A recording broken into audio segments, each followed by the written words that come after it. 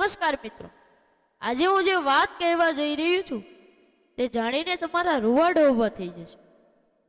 જે માએ પેટે પાટા બાંધીને દીકરાને આઈએએસ બનાવ્યો તેને જ દીકરાએ ઘરમાંથી કાઢી મૂકી.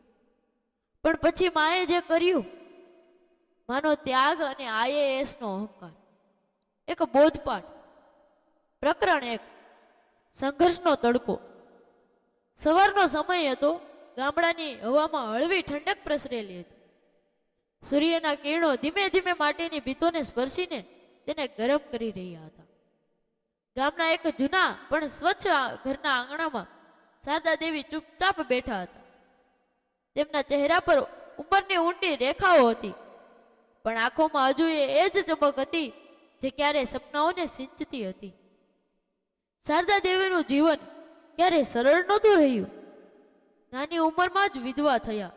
પછી સમાજે તેમને બિચારી અને અબળા માની લીધા હતા.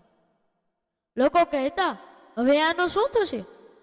પણ ક્યારેય કોઈએ ખબર નહોતી કે આ સાધારણ દેખાતી સ્ત્રીની અંદર હિંમતનો એક વિશાળ પહાડ છુપાયેલો છે. તેમણે પોતાના આંસુ લૂછ્યા અને એક જ સંકલ્પ લીધો, પોતાના દીકરા રવિને એ બધું જ બનાવીને બતાવશે જેને દુનિયાએ પિતા વગર અશક્ય માની લીધું હતું. પ્રકરણ 2. માનો પાલવ અને રવિનું બાળપણ. રવિ જ શારદા દેવીનું સર્વસ્વ હતું. તેમણે પોતાના જીવનનો દરેક શ્વાસ તેના નામે કરી દીધો હતો.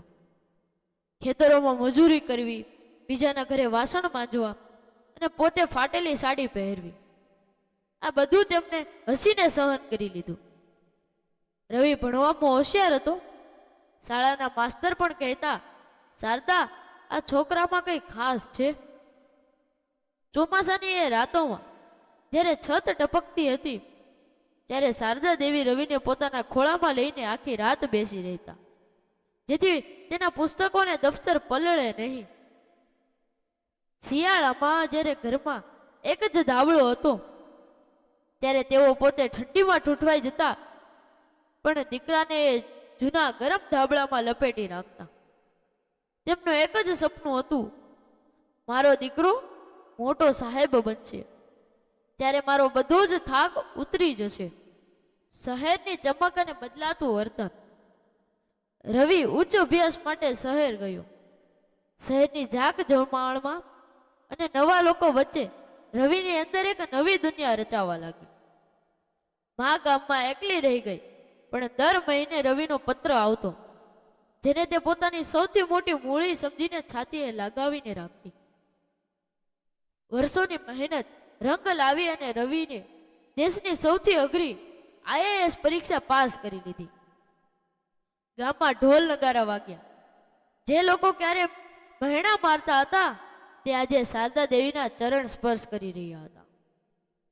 શારદા દેવીની આંખોમાંથી વહેતા આંસુ દુઃખના નહીં, ગર્વના હતા. તેમને લાગ્યું કે તેનું તપ સફળ થઈ ગયું. રવિ અફસર બનીને પાછો ફર્યો. લાલ બત્તીવાળી ગાડી, વર્દી અને સન્માન બધું જ ચમકદાર હતું.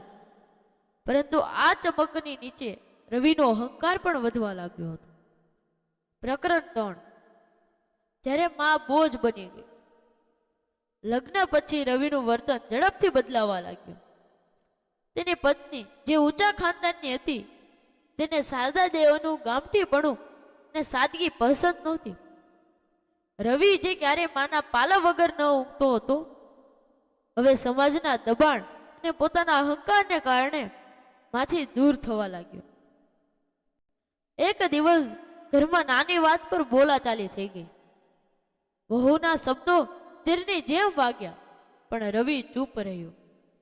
શારદા દેવી અંદરથી તૂટી ગયા. પછી એ ભયાનક પળ આવી જ્યારે રવિએ ઠંડા અવાજે કહ્યું, માં, હવે તમારું અહીં રહેવું ઠીક નથી. અમારા સોશિયલ સ્ટેટસમાં તમારા રહેવાથી મુશ્કેલીઓ થાય છે. આ માત્ર શબ્દ નહોતા, શારદા દેવીના જીવનભરના ત્યાગ પર એક ઊંડો પ્રહાર હતો. તેમણે એક પણ શબ્દ બોલ્યા વગર પોતાની નાનકડી પોટલી ઉપાડી અને એ જ દરવાજાથી બહાર નીકળી ગયા, જ્યાં ક્યારેક તેનો દીકરાને ખોળામાં લઈને સુખદ ભવિષ્યના સપના જોતા હતા. ભાગ 2 જલ્દી જ.